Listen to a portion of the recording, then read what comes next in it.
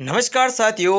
आज की इस वीडियो में हम कक्षा 6 आरबीएससी कक्षा 6 हमारा राजस्थान अध्याय नंबर 8 जिसका नाम है आजीविका के प्रमुख क्षेत्र, अर्थात वे साधन जिनसे हम आजीविका चलाते हैं, हमारे आजीविका चलाने के जीविकोपार्जन के साधन, यानी जिनसे हम कमाई खाते हैं, पैसे कमाते हैं, उन क्षेत्रों के बारे में हम पढ़ने वाले, उन साधनों के बारे में पढ़ने वाले हैं। गत वीडियो में हमने अध्याय नंबर 7 पढ़ा था, जन संसाधन एवं संरक्षण, और आज की इस वीडियो में हम 8वां अध्याय पढ़ेंगे। कक्षा 6, 7, 8, 9, 10, 11 और 12 जो किताबें हैं सोशल साइंस की, वो बहुत ही इंपॉर्टेंट है फॉर कंपटीशन और एग्जाम के लिए, जितने भी राजस्थान के एग्जाम हैं। तो देखते हैं आजीविका के प्रमुख क्षेत्र। मनुष्य अपने जीवन निर्वाह के लिए जो कार्य करते हैं, ये क्षेत्र विशेष के प्राकृतिक संसाधन, जलवायु व आर्थिक सामाजिक क्षेत्रीय स्तर पर निर्भर करता है। राजस्थान खनिज संपदा में एक संपन्न राज्य है, ठीक है, हम जानते हैं। साथ ही यहाँ विभिन्न प्रकार की जलवायु पाई जाती है, अतः यहाँ के लोग मुख्यतः कृषि, पशुपालन व खनन कार्य करते हैं। आर्थिक विकास के साथ साथ पर्यटन, उद्योग व सेवा क्षेत्र में कार्य करने वाली संख्या बढ़ रही है। अब देखते हैं राजस्थान में कृषि। राजस्थान जी के जो होते हैं, राजस्थान ज्योग्राफी, उसमें एक टॉपिक होता है कृषि, अलग टॉपिक होता है कृषि। तो उसकी बेसिक हम तैयार हो जाएगा इस पॉइंट से। राजस्थान का 60% भूभाग मरुस्थल है। यहीं पर भी प्रश्न बन गया, और यही जो लाइन है वो बहुत ही इंपॉर्टेंट बन गई कि राजस्थान में कितना प्रतिशत भूभाग मरुस्थल है, तो ये 60% है। यहाँ अधिकांश कृषि मानसून की वर्षा पर निर्भर करती हैं, अतः राजस्थान की कृषि को मानसून का जुआ कहा जाता है। अर्थात मानसून का जुआ किसे कहा जाता है, तो राजस्थान की कृषि को कहा जाता है। यहाँ वर्ष भर में 3 प्रकार की फसलें होती हैं, हम सभी जानते हैं। कितने प्रकार की? 3 प्रकार की। रबी की फसल, खरीफ की फसल और जायद की फसल, ठीक है। सबसे पहले देखते हैं रबी की फसल। रबी की फसल किसे कहते हैं?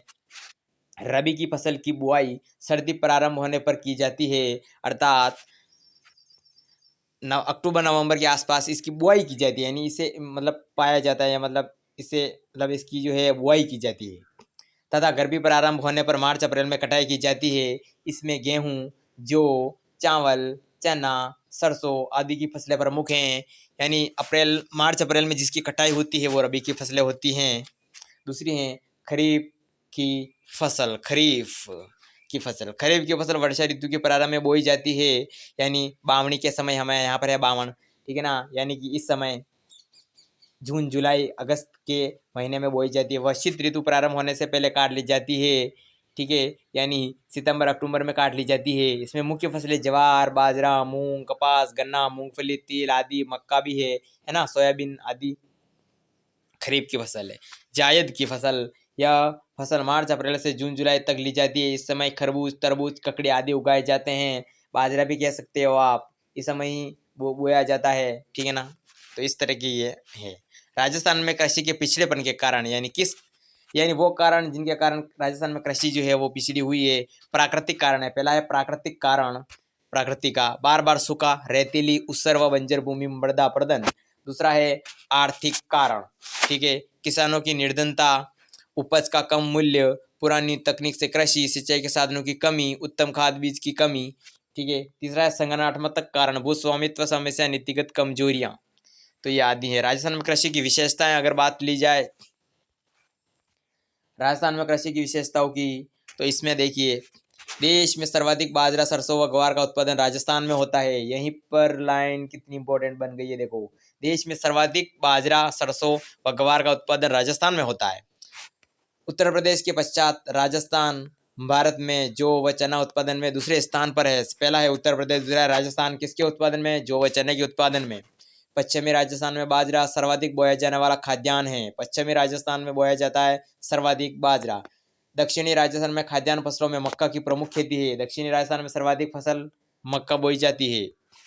राज्य में श्री गंगानगर जिला गेहूं उत्पादन प्रमुख स्थान है। अन्न का कटोरा जिसे कहा जाता है, इसी कारण अन्न का कटोरा किसे कहा जाता है? श्री गंगानगर को कहा जाता है, क्योंकि वहां पर गेहूं का उत्पादन अधिक होता है। पश्चिमी राजस्थान में इंदिरा गांधी नहर से करीब 7.5 लाख हेक्टेयर क्षेत्र में सिंचाई सुविधा का विकास हुआ है। ठीक है, एक एक लाइन इंपॉर्टेंट है। 7वां पॉइंट देखिए, सिर्फ 35% फसली क्षेत्र में सुविधा उपलब्ध है। कुल सिंचित क्षेत्र के 66% क्षेत्र की सिंचाई कुएं व ट्यूबवेल से होती है। नहरों द्वारा करीब 33% सिंचाई होती है। तालाबों द्वारा सिंचित क्षेत्र पहल बहुत कम है। ठीक है, अब देखिए राजस्थान में पशुपालन, इससे पहले हमने पढ़ा था कृषि, ये पढ़ा था ना हमने, इससे पहले पढ़ा था हमने कृषि। राजस्थान ज्योग्राफी का एक टॉपिक है अलग से। अब पशुपालन भी एक अलग टॉपिक है ज्योग्राफी में, इसका बेस भी फिर तैयार होता है। ठीक है, राजस्थान में पशुपालन तो राज्य के मरुस्थलीय और पर्वतीय क्षेत्र में कम वर्षा व कठिन भौगोलिक परिस्थितियों के कारण पशुपालन ही जीविकोपार्जन का सरल साधन है। यानी आज भी लोग पशुपालन करते हैं और अपनी जीविका चलाते हैं। इन क्षेत्रों में कृषि के अवसर तो सीमित हैं ही, औद्योगिक रोजगार के अवसर भी पर्याप्त नहीं है। ऐसी स्थिति में ग्रामीण लोगों को पशुपालन से रोजगार के साथ साथ आवश्यक कई वस्तुएं प्राप्त हो जाती है। पशुपालन की दृष्टि से राजस्थान का देश में दूसरा स्थान है। पशुपालन की दृष्टि से राजस्थान का देश में दूसरा स्थान है। राजस्थान में भारत का लगभग 11.27% पशुधन पाया जाता है। मरुस्थलीय और पर्वतीय क्षेत्र के अलावा भी संपूर्ण राजस्थान में अधिकतर किसान खेती के साथ साथ पशुपालन भी करते हैं। जी बिल्कुल करते हैं। राजस्थान के पालतू पशुपालन की दृष्टि से राजस्थान में गाय, बैल, भैंस, बकरियां, ऊंट, बैल, घोड़े, गधे आदि पाले जाते हैं। राजस्थान के मरुस्थलीय प्रदेश में ऊंट, बकरियां व भेड़ पालन बहुआयासी किया जाता है।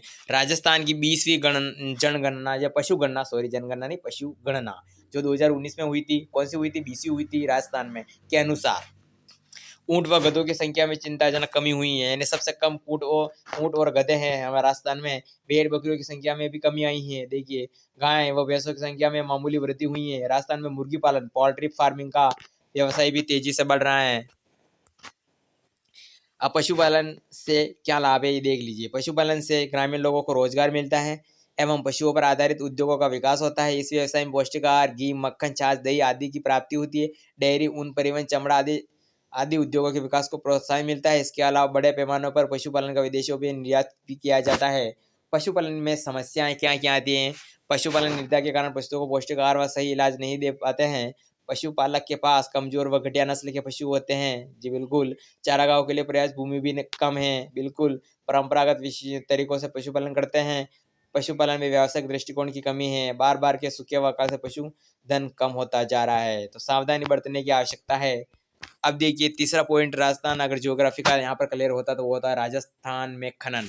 हालांकि हम तो आजीविका क्षेत्र पढ़ रहे हैं, तो खनन जितने भी हमसे कमाई होती है वो पढ़ रहे हैं, लेकिन अलग अलग टॉपिक वापस छंट जाते हैं ना।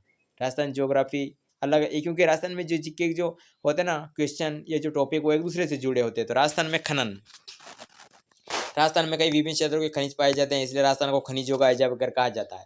ठीक है, राजस्थान में लगभग 67 प्रकार के खनिजों का खनन होता है। ठीक है, राजस्थान में सर्वाधिक उपलब्ध खनिज रॉक फॉस्फेट है। सीसा, जस्ता, जिप्सम, चांदी, संगमरमर आदि के उत्पादन में राजस्थान का एकाधिकार है। चूना पत्थर, टंगस्टन, अभ्रक, तांबा, इमारती पत्थर अन्य महत्वपूर्ण खनिज हैं। राजस्थान में खनिजों की उपलब्धता को देखते हुए खनिज आधारित नए उद्योगों की स्थापना के काफ़ी अवसर हैं। यही कारण है कि राज्य सरकार प्रदेश में खनिज आधारित उद्योगों की स्थापना को प्रोत्साहित करने पर ध्यान दे रही है। राजस्थान में अवैध बजरी खनन से पर्यावरण प्रदूषण की समस्या निरंतर बढ़ रही है। अवैध खनन से करावली पर्वतमाला की कई पहाड़ियां पूरी तरह से गायब हो चुकी है। इसके गंभीर पर्यावरणीय दुष्परिणाम हो सकते हैं। ठीक है, तो इसमें कुछ एक शब्द आया आजीविका। इसका मतलब क्या होता है? रोजगार अर्थात निवास जीवा करने किया जाने वाला कार्य, इसी कहते हैं आजीविका। अतिवृष्टि यानी अत्यधिक वर्षा। निर्यात, देश से माल बाहर अन्य देशों को भेजना क्या कहा जाता है? निर्यात कहा जाता है। अगला जो नेक्स्ट वीडियो आएगा उसमें हम पढ़ेंगे अध्याय नंबर 9, राजस्थान में आधारभूत सेवाएं। फिलहाल इसमें आज हमने अध्याय नंबर 8 पढ़ा था। हमारा राजस्थान कक्षा जे भाग 1 आजीविका के प्रमुख क्षेत्र। थैंक यू, मिलते हैं अगले वीडियो में।